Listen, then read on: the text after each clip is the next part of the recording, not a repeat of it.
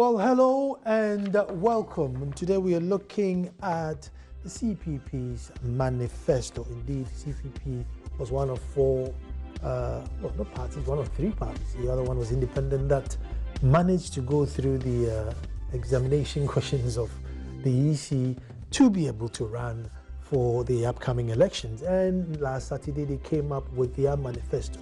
Indeed, manifestos are very important. It tells us their intentions and what they will do with the sovereignty once it's handed over to them.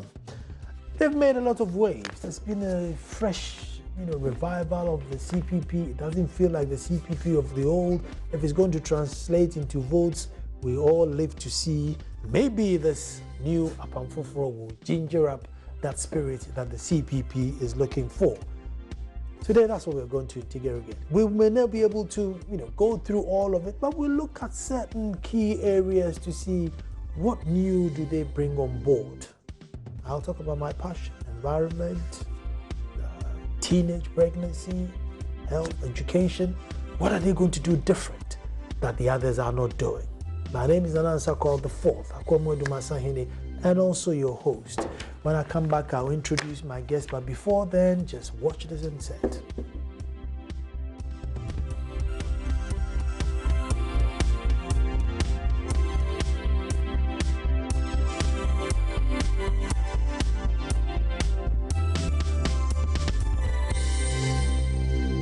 We are launching a true manifesto. Yes. A true manifesto of ideas that represent justice, hope, opportunity, progress, and development for all Ghanaians. NDC and MPP merely continue to offer us what they've been offering us for 24 years, and that is their greatest speciality. Lie upon lie upon lie upon lie upon lie upon lie.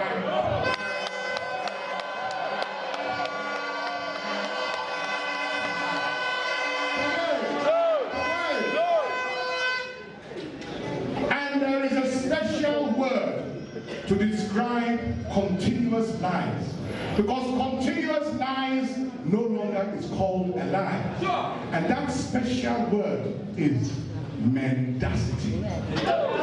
M-E-N-D-A-C-I-T-Y. Mendacity. And the NDC and the MPP are mendacious. They are mendacious. And they Well, maybe just like you, you've learned a new word today, mendacity. The continuous and persistent lies and lies is called mendacity. Indeed, there's quite a few mendacity going along in this country, and I'm sure you can attest to that. We will do this, give us more time, we'll do this, give more time. Oh well, when we're in power, we promise, but now we are not. When we come back, we may start doing it. It's called mendacity. But with me in the studio is Susan Edu Amankwa, who is the first National Vice Chairperson of the CPP. Susan, you're welcome. Thank you. Now, even though you've been on PM before, you've never been in the studio, so it's always Ambantemsa. My viewers and I will find you Ambantemsa. It's just a bottle of gin, and then we I'm actually the second National Vice Chairman. Oh, you're the second? Yes, I used to be the first, actually. Okay, So okay. I guess. You're the second National Vice Chairman. Still Vice Chairman. Apamfoforo, Nkrumah's new covenant with the people. Is Nkrumah still valid in today's politics? I mean, so many of us who probably never met him, saw him. Would they play any role if I was going to vote? I say, yeah, these guys have got Nkrumah's ideology, so I will go with them. Is it still valid? It's very valid. You see, Nkrumah is not just about the person, but the principles that he espoused. It's about social justice. Social justice was relevant, when we achieved independence. It's still relevant today.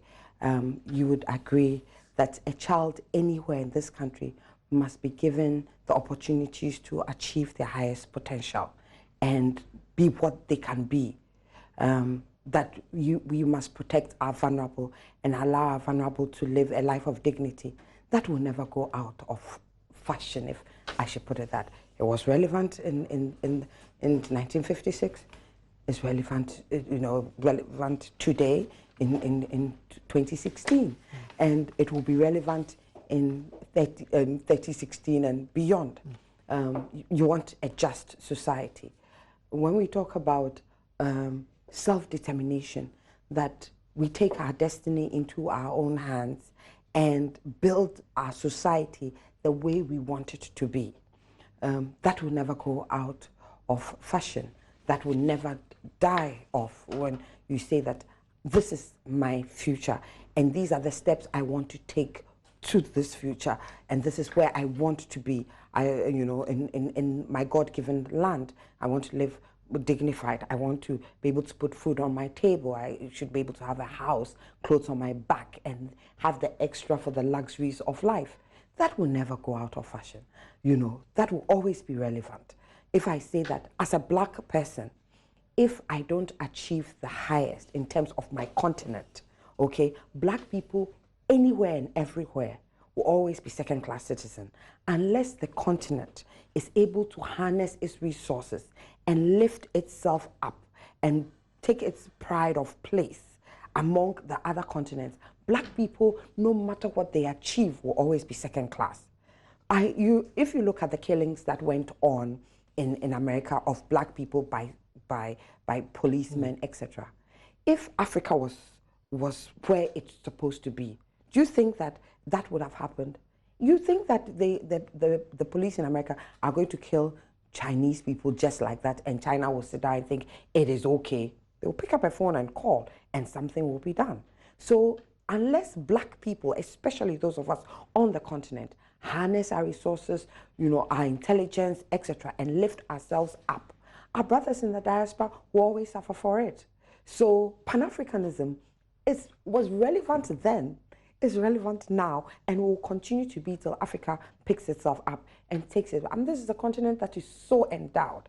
So you see, the principles of Nkrumahism will be relevant, to our future, and is relevant to the youth of today. If we want to build a future, we must start off today. So that's why it will never die off. Okay, let me pick on 2 points on that. Can Nkrumah lay claim to, social justice? You seem to be like almost getting a trademark for social justice. I'm sure all political,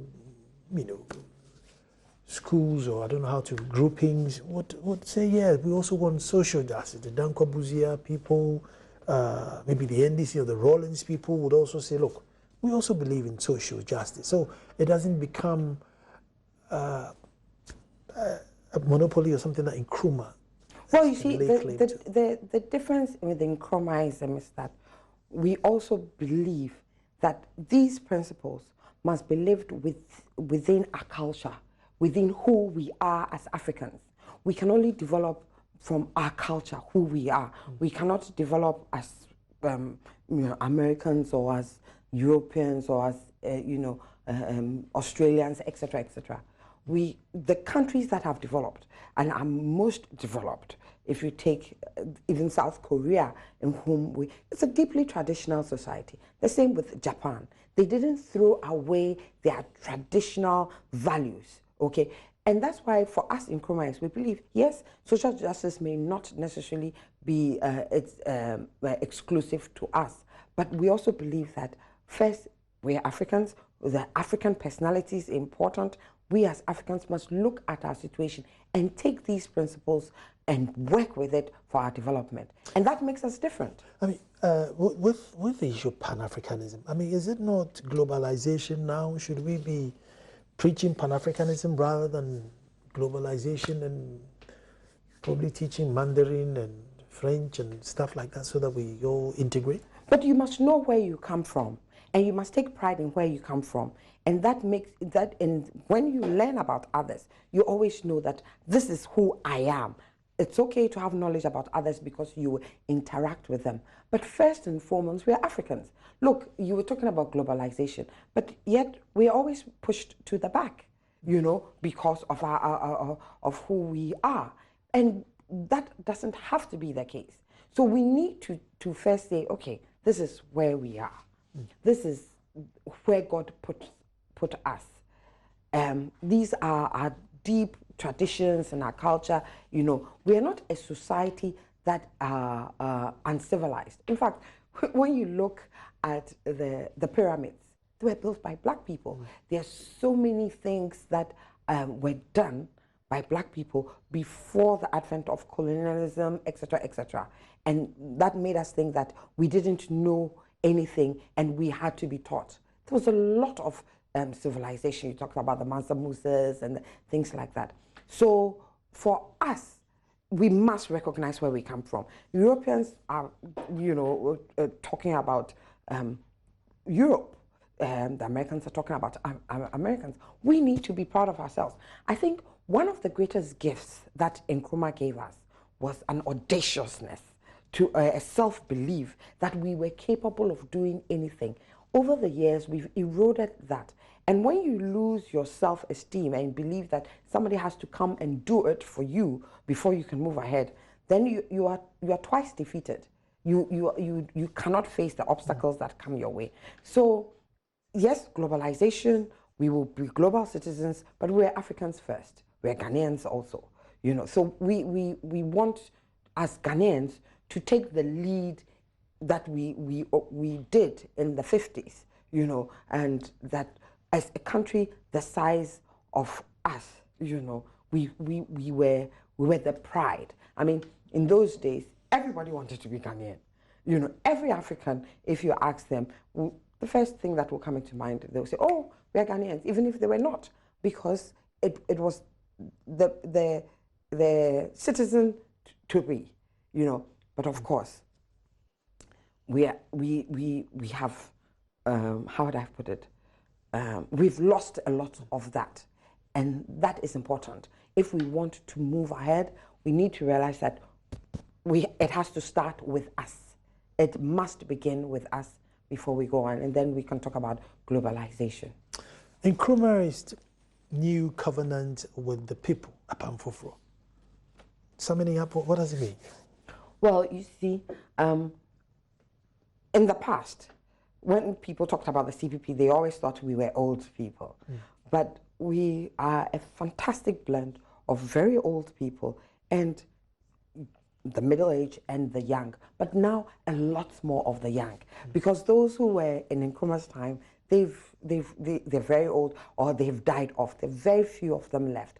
You have now the middle age people who learned about him, not necessarily met him as a person, but picked up those ideas. And then you have the younger group who have read about it, who, you know, believe that there is more to life than what they are getting right now, and that the way to go is through Nkrumahism, through scientific socialism based on who we are as a people, and they're excited about it. They don't feel the despondency that comes with being a black person discriminated against, or a black person that is talked of in terms of illiteracy, poverty, disease, etc., etc.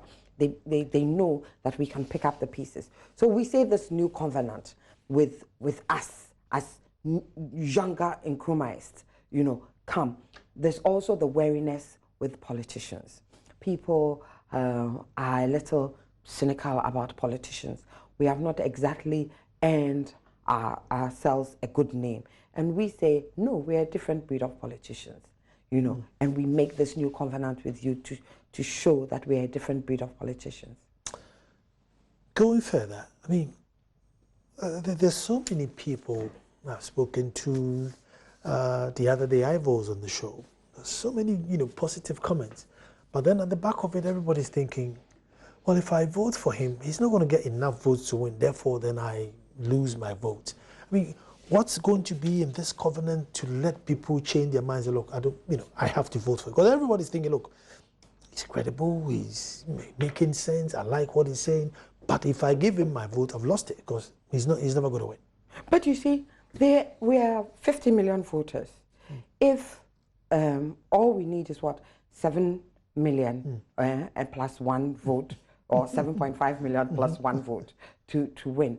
And if we all I don't know what you're voting, who you're voting for. He doesn't know. Yeah, but if we say, I am doing the right thing, and I am taking that leap of faith, I am going to be audacious, I am going to be adventurous, because I want something new and something different. It doesn't matter whether Nana is voting, this is voting. I am doing the right thing, okay?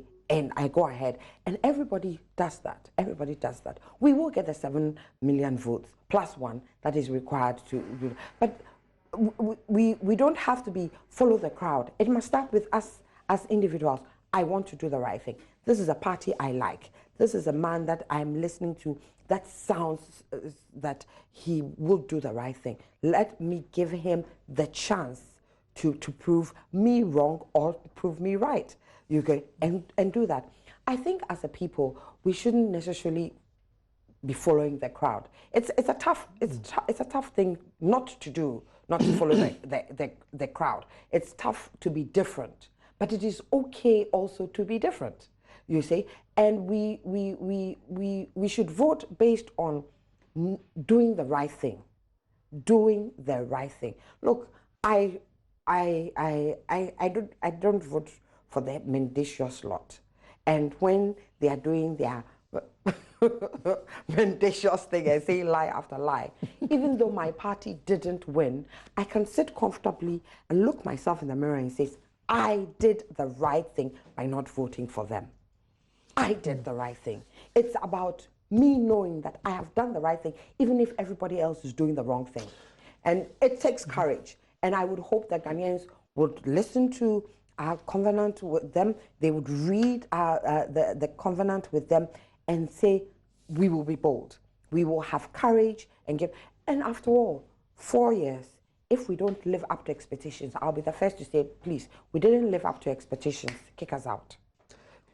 What's your favorite? I know it's somewhere around the social intervention, but what's your favorite that you think that, look, Nana, this intervention, this is our baby, this is what we need, and this we can bring out and it will save this sector? What's your favorite in Manifesto? I have a lot of favorites, but let me talk about the education one. My most favorite, if I should put it that way. Education is a big worry now. Yeah, because I believe that I'm a health personnel, but I believe that when people are better educated, they take their health into their hands, and thus they're healthier, you know. And so for me, education permeates a lot of things. When people have the right kind of education, they take good decisions, you know, and they look at the larger picture.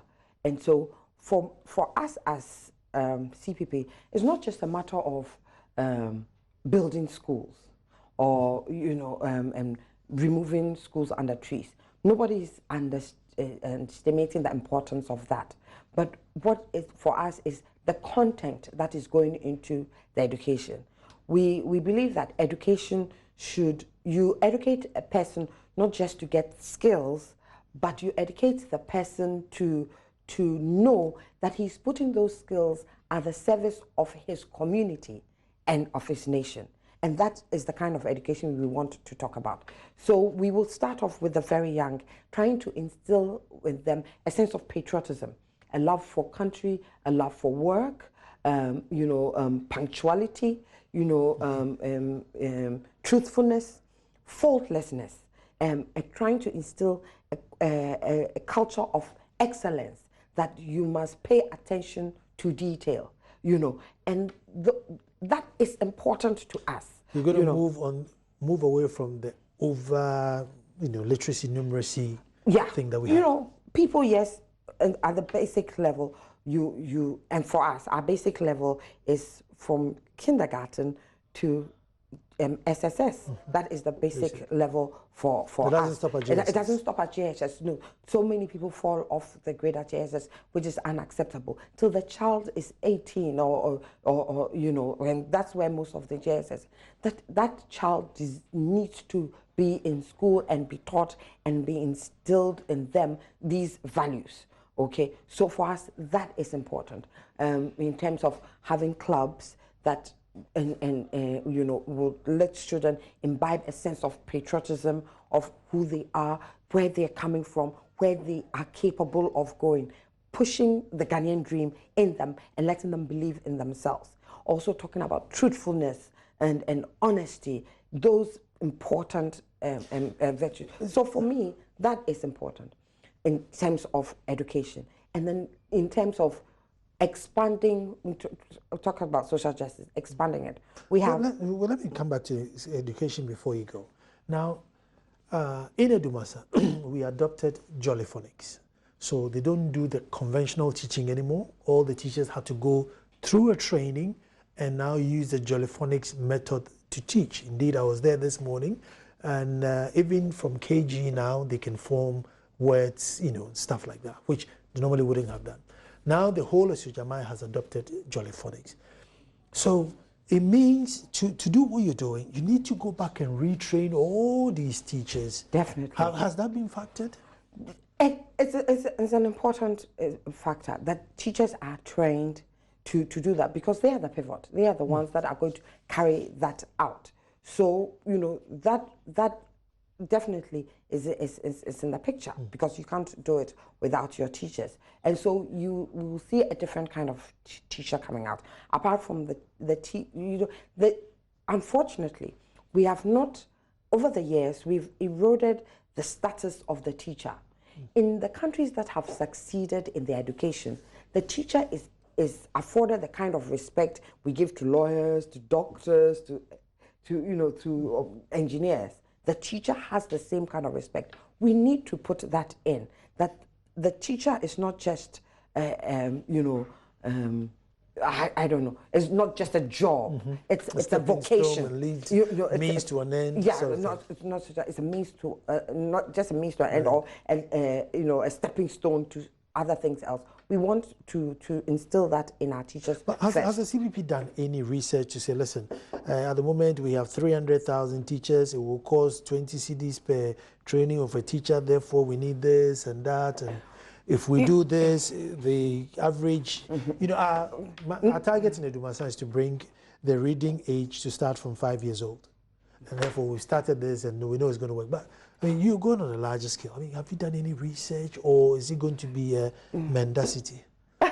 No, it's not going to be mendacity. Any country who's waiting to be rich before they start educating their people, they are in trouble. So the thing is that you would look for the resources that are required to do that. And it will be a step-by-step approach. It's not just going to be done all at once. I mean, if you expand your basic education, and we talk about expanding our basic education to the secondary level and making it free, you look at it in terms of, okay, fine, what are the numbers out there that are going to be absorbed? What can we do? Where can we stop wastage from there and make sure that we channel it into the things that we want? I mean, if we can find 3.6 million to brand a bus or to brand buses, can educate a few teachers. We can educate a few teachers. We can send them out to what we call trainer of trainers to ensure that they come back and they teach other people. So when you are determined to do something, you will find the money. They say what? Resources are not, they become. You look for the resources to do it. I cannot give you figures offhand to say that, oh, we are going to use 300 million, etc. Because things are fluid and they may not necessarily be that. But when you have determined that this is one thing you really want to do, okay, you will put the money there, because it will have the ripple effects. Won't it be fair to the voters you're trying to win to at least give them an idea that, look, approximately it won't cost us maybe between 200 and 300 CDs is what we are budgeting for, and that money, if I do X amount to cocoa and cut something here, I'll save it and I'll do that, so that the guy coming to vote for you knows that, look, this is concrete. They are doing this, they're doing that. They're going to train the teachers, and my son, my daughter is going to get better education. Well, that sounds all well and good, but we're not going to be putting that in our manifesto, all those facts, those figures. This is what I intend that we want to do. This is our promise of the things we do. When we definitely sit down to crunch out the numbers. But like I said before, we have been able to find money to do certain things. We have basically a big agric plan. We've put some figures together. We've been talking about it, the almond oil and the almond cake, etc. We've put those figures to know that if we are able to plant those trees and they have 2.5 years to grow, and we're able to harvest it, even if we got 50% of it, we will be able to make almost 3 billion. Now that 3 billion, where do we channel it into? We sit down and we take our priority areas. Education, what do we start with? We start with a teacher. What do we need with the teacher? Do we need to build more teacher training, or the ones that are there, can we expand them in such a way that they come down? Can we do distance education, that the teacher is still in the classroom, but he can take that evening course or that sandwich course to do it, and say that, okay, of that 3 billion that we have earned, we want to put at least 1 billion of it for education for this number of years to do it. So, you know, we do have the economic ideas, which unfortunately I'm not too much of an economist, but I can give you the broad views that these are some of the things that we want to earn. Girl child education. Is there going to be any do you have a revolution for girl child education? Well, I mean, the CPP, we're known to be gender sensitive. You know, in fact, the only political party that has been able to have a chairman as a female, second vice, first vice as a female, second vice as a female, and we're voted in by a party that is a majority of men, you know, and it comes naturally. We know that if you put women there and give them the right type of education and support them, they will be able to achieve their highest potential. And the girl child has many things that you know, stop her progression along the way. We would look at them and think it through how we can stop them. For instance, we know that in certain places, because of the unsanitary, or in most of our schools anyway, because of the unsanitary conditions there, when a young girl is menstruating, she's most likely not going to go to school, you know, because she doesn't have a proper place to change and to feel comfortable, etc., etc. So in the 5 days or in the 7 days that she's menstruating, she'll skip school, and she menstruates once a month. So that is a lot of skipping of school. Now, in wanting to promote girl child education, that is a problem you would need to look at. What first and foremost should be, we should have sanitary places for young ladies to change and be comfortable. We don't want a school of 200 students and they have only 4 toilets, 2 for girls and 2 for boys. That's unacceptable. So you would look at it in that way. Somebody may think, oh, it's just building toilets for sanitation, but it affects the health of the child. Even in the communities, when you improve sanitation, it immediately affects the health of the community and their livelihood and the quality of life. So things are not just going to be looked at one side, but it's because most things are interrelated, they'll be looked at it in that way. And of course, you would look for the resources to ensure that it happens. Tertiary institutions? Yes, we are definitely going to try and expand our tertiary institutions. And these days we have a lot of private ones. I mean, at the moment, we are all doing, you know, HR, marketing, accounting, HR, and we come back and, you know, we can't find jobs. Of course, the conversation will go on with industry about how, you know, what kind of mix should we have. I think that a lot of us write off a liberal arts education, but the liberal arts education is it's important. I mean, I think even for for a basic, you know, on how life should be lived. Most of us should have a liberal arts education to open our minds. The thing is that the first degree, or you know, especially of a liberal arts, is to enable you to fit in a lot of places. But we try to fit ourselves into certain boxes. Okay, I want a bank job, and if I don't get a bank job, anything else is not interesting enough. We're going to definitely get into a lot of career counseling right from the young age, expose younger people to, I mean, you know, when you ask most young people, you pick them off the street, what do you want to be? I want to be a lawyer, I want to be a doctor, I want to be an engineer. Very few of our children seem to know anything else. But we would try and, you know, career counseling right from the primary school on the different, you know, professions that are out there, even, you know, even if it's just bird watching, but that for somebody is a profession and they specialize at it. So we would definitely want to increase the space for ideas. And that if you even went for a liberal arts education, you would still know that you can find something to do. Let me take a break here, but before I go for the break, there are 3 questions from you from Oheniri Gifty Auntie. What is the agenda in the manifesto? And tell her I'm disappointed they didn't choose a woman as a running mate. Will they implement the affirmative action? Coming right back.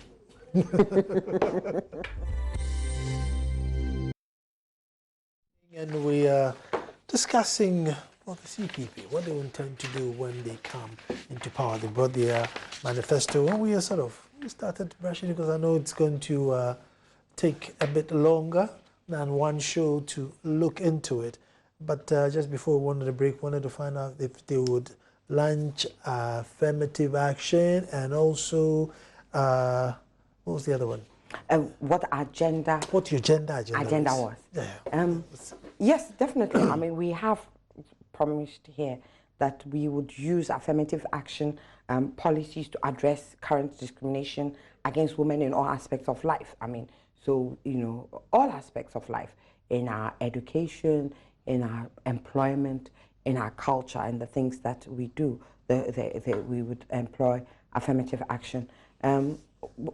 So if we don't, it will be, I'm sure Nkrumah will turn in his grave. I mean, he was the first person to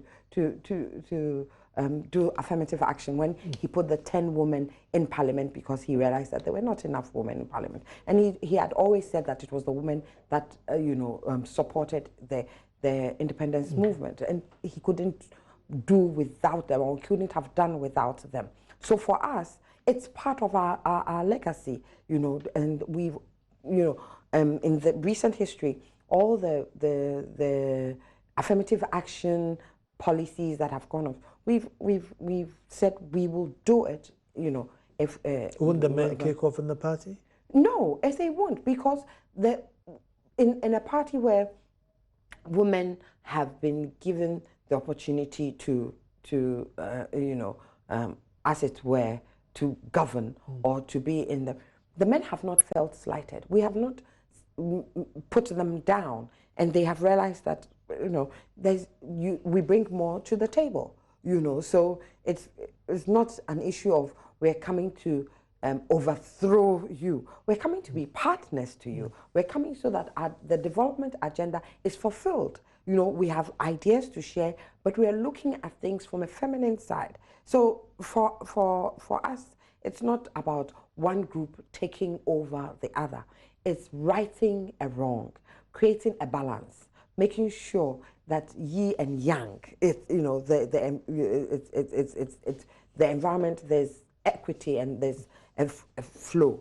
So I don't think men should be afraid or think that they're taking it over, or we're taking it over. No. And Nana, you know the history. Before the colonialists came, women were very important to governance. You know, they took a lot of the decisions. You know, that's why we have a strong matrilineal history, and you know, we have a lot of matriarchs in our history.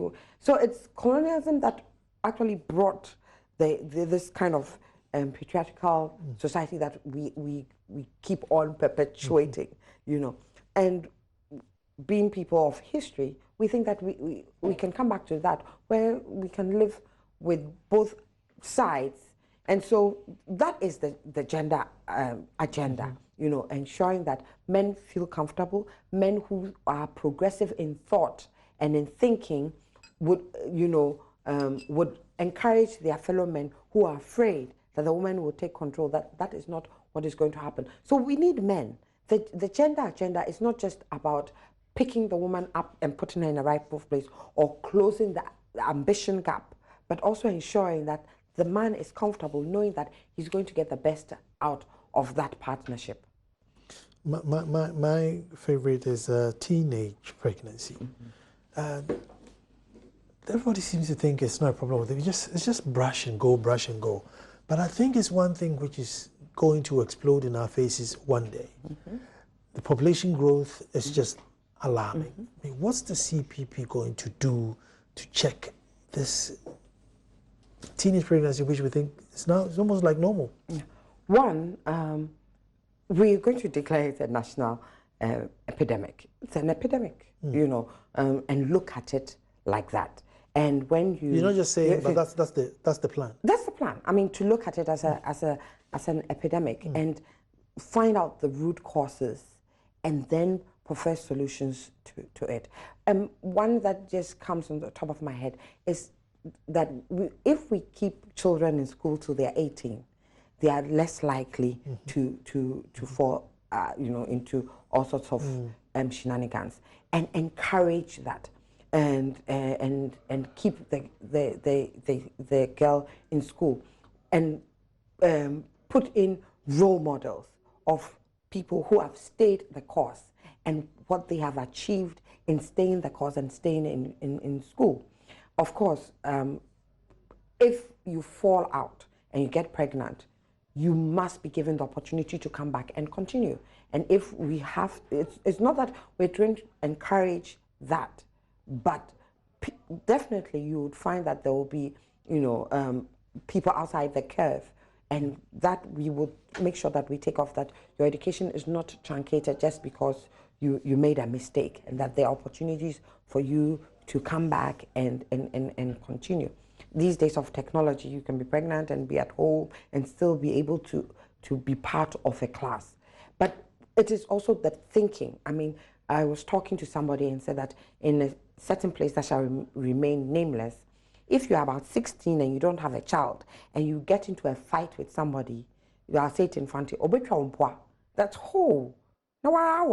You know, that the person would, you know. That's a young age. Yeah, at that young age, you're 16 and you don't have a child, they think that, but it's a thinking, and that must change. And that must change with education. That must change if we have to use the churches, if we have to use the information service vans in cinema. In the past, we used those vans to go to places to show films that were to change the mindset of people. Those information vans, these days, you barely see them, the green and yellow vans. They have 8 left, 8, nationwide. Wow. But, I mean, those were the vans that they went to the villages, they set up, and people watched films that instilled a certain sense of pride, of patriotism in them, and of course it taught them lessons. I mean, we had things like Osofudase. Osofudase was a fantastic moral, drama that always had a lesson on the way not to go. And we grew up on that. We need to get back to that, where we can use the creative arts to touch children or to touch a society that thinks it's okay to have a child at 16, you know. And we certainly shall involve the creative arts people to support us in getting our messages out to people that, you know, teenage pregnancy is a problem. It's an epidemic, and we need to set up and ensure that it doesn't continue. One of the major I mean, this election is going to be decided on job creation. Everybody's crying for jobs. And so everybody comes and says, look, I will create the jobs when I come. I'm sure certainly the CPP would also create jobs. Are there any areas that you're looking at, look, this is where we're looking to create jobs? Agric. Agric. I mean, over the years, agric has been neglected. But we're an agrarian country. I mean, this is where our wealth is, you know. And so we would take a look at agric, you know, and if you build up your agric sector, you're building up your industrial sector also, because you're going to feed your industry with the products that you produce, you know, from agriculture. And so we will focus on making sure that agric, you know, gets the needed attention and not the negative growth that we've been seeing in the past year. Do you have any selected crops in agric that you want to narrow down? Definitely. I mean, we've, you know, our flag bearer has been talking about the almond, yeah, you know, which is a new one. Mm-hmm. We will certainly go into our cocoa and share nuts, you know, and you know, we have a whole host of other crops, cashew, you know, pepper. In some places now, pepper is the new gold, you know, and look at that. So we are definitely going to be moving away from the hoe and the cuddlers and the mama and papa farms, where people are farming for subsistence, and support them to do it. In the past, we had, and we find that you know, governments of today are trying to do that out of convenience, but we say we're coming from policies of conviction that is the right thing to do. That if each district has its own natural resources, and in tapping into that natural resources, you know, and they given value to it, you know, it will create jobs. So because of time, let me push you to corruption, which is another canker. I mean, it's in our fabric, and if you took corruption out of the system, maybe some people would die, as I keep saying, because, I mean, he earns like 100 cedis a whole month. Yeah. So he stands at the gate and, oh, master, today no good, today no good, today no good, so he gets another 100 to see him through. If you put systems in place so that, you know, today no good, it doesn't get anything, you probably, you know, kill them. How are you going to do for us to understand that, look, it's not done, and how do people survive without it? Yeah, I mean, we recognize that there are basically two types of corruption. The corruption that arises out of need, which you have talked about, and the corruption that arises out of greed.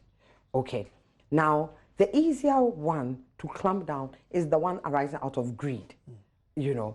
And once you are able to clamp down on the ones arising out of greed and punish people for their corrupt practices, and you are able to, that surplus that was gone there, you channel it rightly. When the economy improves, the corruption out of greed and out of need would also lessen. So the first and foremost is to look at it in that way. And because the one that arises out of greed is easier to deal with, you know, than, you know, when people are vulnerable, definitely, you know, if you gave him 200 cedis to look after for you and say, carry this 200 cedis for me, and the next minute they come and tell him that his son has fallen into the gutter and he has to go to the hospital, he would definitely take your 200 cedis.